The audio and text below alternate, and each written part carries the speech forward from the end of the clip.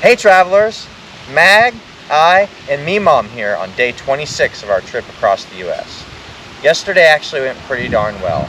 We finished our plan for the day on time and we decided we were going to go into the wee hours of the night and worked our way through the countryside. It was a clear, starlit night with a bright moon, rolling hills. I even got to see a few foxes along the way. We're shooting here from Sunday Rock, making our way through the countryside back into civilization again. Our plan for the day is supposed to end at Watertown. I think we'll hit that with no problem. In general, we're going to see where we can get today on the 300 miles we're looking to cover.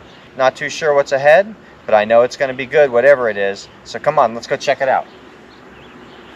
We started our morning in the town of Colton with a gorgeous sunrise out over the fields. Colton runs across the boundary of the Adirondack Forest Preserve. On one side lies St. Lawrence, on the other is a long reach into the woods, and in the middle is Sunday Rock. This rock has served as a landmark for generations. It serves to separate the woods from the rest of the world. Next up, we stretched our legs at the Oswegatchie Riverwalk.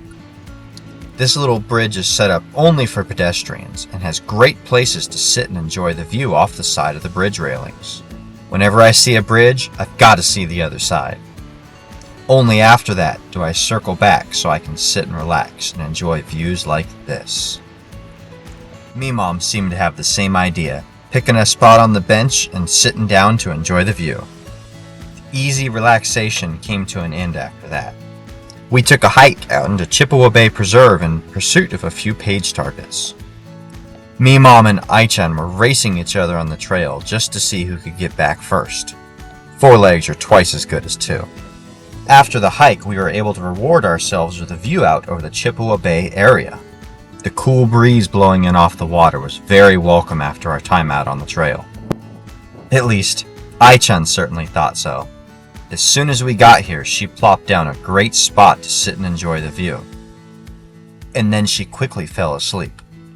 Or more like what I call standby mode, where she's operating on a low power setting, but can be activated by motion, or just generally nuisance behaviors. She wasn't about to let anything stand between her and enjoying this nice coastal breeze, though. Pages 90 and 91 run along the northwest corner of the state. The only way to access them is by following the water. So that's exactly what we did. This narrow roadway connected us with Washington Island via a small 1-car bridge. And once again, we were blown away by the views out here. I couldn't even imagine what it would be like being a resident of this island.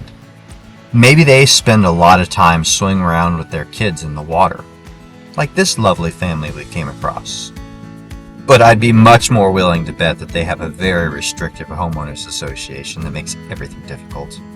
We departed Washington Island and headed just a little further down the coast into Cape Vincent. With it being a cape, I fully expected to see a lighthouse somewhere out here, but not right at the entryway. And then as we made our way into downtown, a very happening spot by the way, I couldn't help but notice yet another lighthouse. I wasn't convinced that this one was actually doing anything, but I still wanted to see the waters that it was supposed to watch over. Yep, it's just like I suspected all along. Yet another amazing view to enjoy as we work our way out along the water. And let me tell you, there were no lack of those.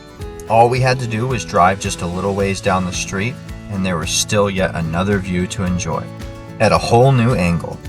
The cherry on top at Cape Vincent was the Poinsettia Lighthouse. This lighthouse rests at the western point, and you can drive all the way up to its front door.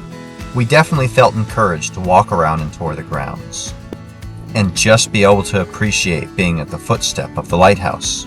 Not always an easy thing to do, as we've discovered. Along the observation deck are markers to let you know which islands you're looking out on. It makes a great reference point when you're looking way out over the distance across the water. And then the sun began to set on yet another fantastic day out here in New York. But there's still a little time. Hurry, just one more stop. We raced down the road and then quickly hurried down the trail to get to this spot before we lost our light for the day. Where could this lead? Ooh, there's some water up ahead, That's always a good sign of things to come. We just barely managed to catch the last rays of sunlight before arriving at Lyons Falls. Our short outro brought to you by the pounding sound of its water. Well, travelers, that's a wrap for another amazing day spent on the road. If you like watching this, hit that thumbs up and subscribe.